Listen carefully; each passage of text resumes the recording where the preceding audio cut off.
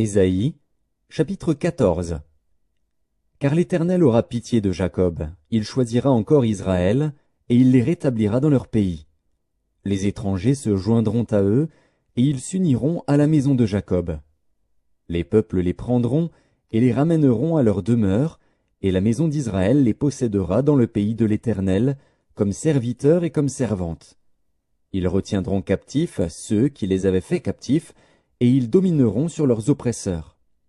Et quand l'Éternel t'aura donné du repos, après tes fatigues et tes agitations, et après la dure servitude qui te fut imposée, alors tu prononceras ce chant sur le roi de Babylone, et tu diras, « Et quoi? Le tyran n'est plus, l'oppression a cessé. L'Éternel a brisé le bâton des méchants, la verge des dominateurs.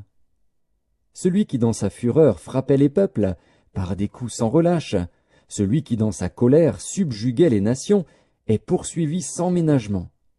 Toute la terre jouit du repos et de la paix. On éclate en chants d'allégresse. Les cyprès même, les cèdres du Liban, se réjouissent de ta chute. Depuis que tu es tombé, personne ne monte pour nous abattre. Le séjour des morts s'émeut jusque dans ses profondeurs pour t'accueillir à ton arrivée. Il réveille devant toi les ombres, tous les grands de la terre, il fait lever de leur trône tous les rois des nations. Tous prennent la parole pour te dire, « Toi aussi, tu es sans force comme nous, tu es devenu semblable à nous. Ta magnificence est descendue dans le séjour des morts, avec le son de tes luttes. Sous toi est une couche de verre, et les vers sont ta couverture. Te voilà tombé du ciel, astre brillant, fils de l'aurore. Tu es abattu à terre, toi, le vainqueur des nations. Tu disais en ton cœur, « Je monterai au ciel, j'élèverai mon trône au-dessus des étoiles de Dieu. Je m'assiérai sur la montagne de l'assemblée, à l'extrémité du septentrion. Je monterai sur le sommet des nues, je serai semblable au Très-Haut. » Mais tu as été précipité dans le séjour des morts, dans les profondeurs de la fosse. Ceux qui te voient fixent sur toi leur regard, ils te considèrent attentivement. Est-ce là cet homme qui faisait trembler la terre, qui ébranlait les royaumes, qui réduisait le monde en désert, qui ravageait les villes, et ne relâchait point ses prisonniers? Tous les rois des nations, oui, tous, reposent avec honneur, chacun dans son tombeau. Mais toi, tu as été jeté loin de ton sépulcre, comme un rameau qu'on dédaigne, comme une dépouille de gens tués à coups d'épée, et précipités sur les pierres d'une fosse, comme un cadavre foulé aux pieds. Tu n'es pas réuni à eux dans le sépulcre, car tu as détruit ton pays. Tu as fait périr ton peuple. On ne parlera plus jamais de la race des méchants. Préparez le massacre des fils, à cause de l'iniquité de leur père. Qu'ils ne se relèvent pas pour conquérir la terre, et remplir le monde d'ennemis.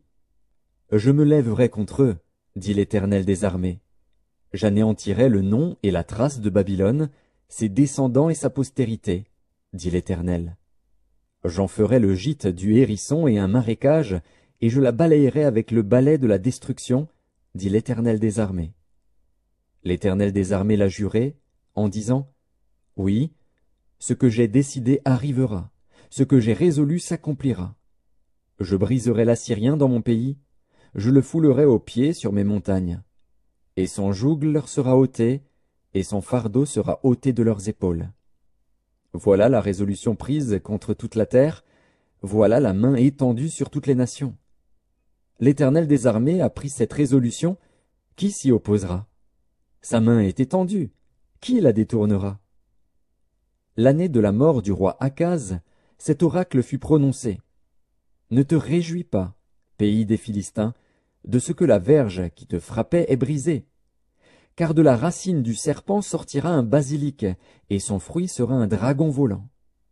Alors les plus pauvres pourront paître, et les malheureux reposer en sécurité.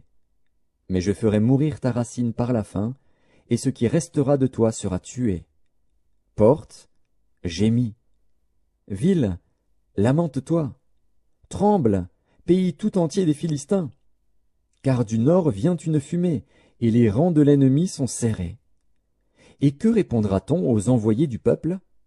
Que l'Éternel a fondé Sion, et que les malheureux de son peuple y trouvent un refuge.